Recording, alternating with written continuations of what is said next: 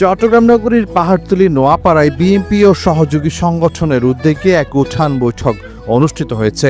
18 October শনিবার বিকেলে দস্তগীর মার্কেটের পার্কিং প্রাঙ্গণে আয়োজিত এই বৈঠকে স্থানীয় নেতাকর্মী ও সাধারণ জনগণ ব্যাপকভাবে অংশগ্রহণ করেন। বৈঠকে সভাপতিত্ব করেন 9 নং উত্তর পাহাড়তলী ওয়ার্ড বিএনপির সাবেক সাধারণ সম্পাদক হাবিবুর রহমান চৌধুরী এবং সঞ্চালনা করেন ওয়ার্ড বিএনপির যুগ্ম আহ্বায়ক আব্দুর রব বিজয়।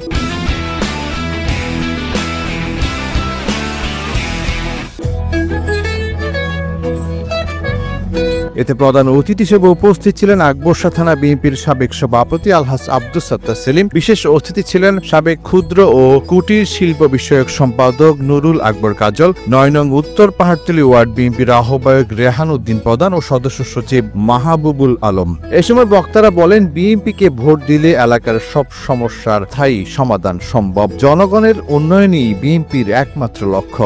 তারা স্থানীয় বিভিন্ন সমস্যা ও জনদুর্ভোগ তুলে ধরে দ্রুত সমাধানের আশ্বাস দেন এবং জনগণের কল্যাণে ঐক্যবদ্ধভাবে কাজ করার অঙ্গীকার ব্যক্ত করেন।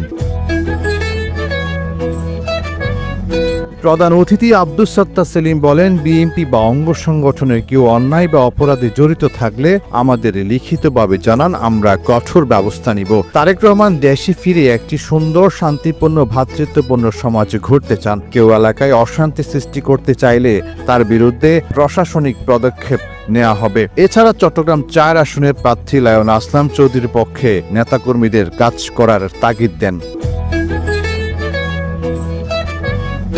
বৈঠক শেষে নেতৃবৃন্দ এলাকার উন্নয়ন ও সমস্যা সমাধানে সম্মিলিতভাবে কাজ করার আহ্বান জানান এবং জনগণের পাশে থাকার প্রতিশ্রুতি পুনর্ব্যক্ত করেন। এ সময় উপস্থিত ছিলেন ওয়ার্ড বিএনপির যুগ্ম আহ্বায়ক শাহরিয়ার জিয়া, আব্দুর রহিম সজল, জানি আলম, মীর জাহাঙ্গীর আলম, মোহাম্মদ বেলাল, নগর যুবদলের সাবেক সহসভাপতি দিদারুল ফেরদৌস, নগর স্বেচ্ছাসেবক দলের সাবেক সহসভাপতি শহীদুল্লাহ বাহার, পাহাড়তলী থানা বিএনপির নেতা সাইফুল ইসলাম, নগর মহিলা দলের সিনিয়র সহসভাপতি সকিনা বেগম, সহসভাপতি নার্গিস বেগম, আকবরশাহ থানা স্বেচ্ছাসেবক দলের সাবেক যুগ্ম আহ্বায়ক নাসির আহমেদ সোহেল সহ বিএনপি ও সহযোগী সংগঠনের নেতাকর্মী এবং স্থানীয় গণ্যমান্য ব্যক্তিবর্গ।